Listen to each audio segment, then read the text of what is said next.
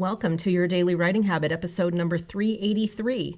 If you are writing a book or thinking about it or trying to perhaps finish a book you've started or trying to let more people know about your awesome book, you are in the right place.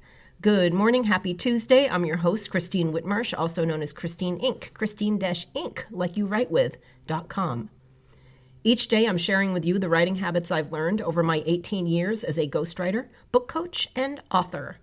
I have found that three things in particular have a huge impact on your success as an author, and they have the ability to turn someone who barely sees themselves as a writer into, very magically, a published author. Those three things are writing fundamentals, productivity, and mindset habits. Here's today's quote. God will spread his word, a spring of truth shall flow from it. Like a new star, it shall scatter the darkness of ignorance and cause a light heretofore unknown to shine amongst men. And that is actually Johannes Gutenberg about his invention. He was describing the printing press that he invented, which is why we have books today.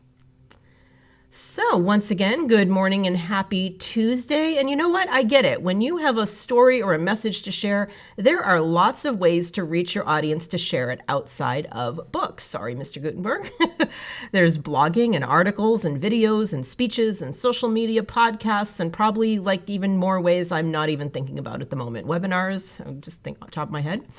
For some people, because of all that, the idea of investing the time, effort, and expense involved in producing a book seems antiquated and unnecessary, perhaps maybe even too much work for too little reward. So why bother writing a book?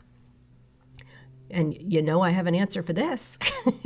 Here are my arguments in favor of writing a book. Here are my core arguments. I have a lot of arguments in favor of writing a book, which for the record, in my opinion, is like a whole different level of communication. But here are my main ones that I narrowed it down to. Argument number one. Books are rooted in history, as we just saw. They have heard, technically, with that quote, they have lasted the test of time. And looking at all the progress and also the disruptions in the past few decades, that's saying a lot that we still have books. We have ebooks, but we still have print books. Print books have just persevered in a really amazing way. There's just something about this medium. It's a stronger medium. Contrary to many predictions, even video, as popular as it is, did not kill the literary star. To my fellow 80s children there. The literary stars being books. Consuming books is, as it turns out, a valuable human tradition. Argument number two as to why books are the most powerful way to connect with your audience. A book holds more weight, more impact than other types of communication.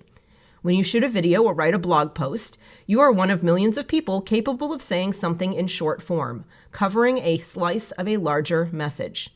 But when you write a book, you instantly stand out from that pack of people who cannot or will not ever be able to do that. You get instant credibility as someone who has something serious and complete to say. That's right. A book is a complete, well-organized conversation. And you might not think that's a huge deal, but for the people who aren't capable of doing it, it is a huge deal. Number three. Finally, the third of my many arguments for writing a book is this. Books are the ideal form to broadcast world-shifting ideas and stories. There is no more powerful medium to communicate and share ideas with the greatest number of people over the greatest distances and for the longest period of time than a book. Writing a book is an infinitely powerful action that shapes the world around us, even if only one tiny ripple at a time.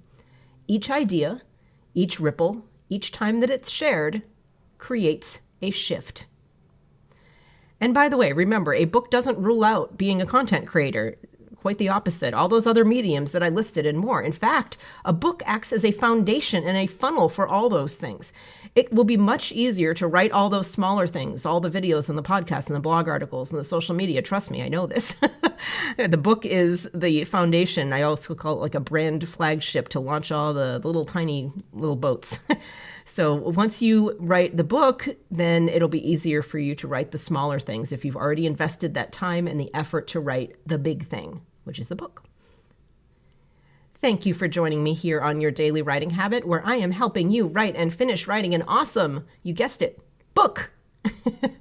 And if you know someone else who is kind of thinking about this idea, pondering this idea of writing a book, this show would be a great first step for them. Please let them know about your daily writing habit. They can go to yourdailywritinghabit.com.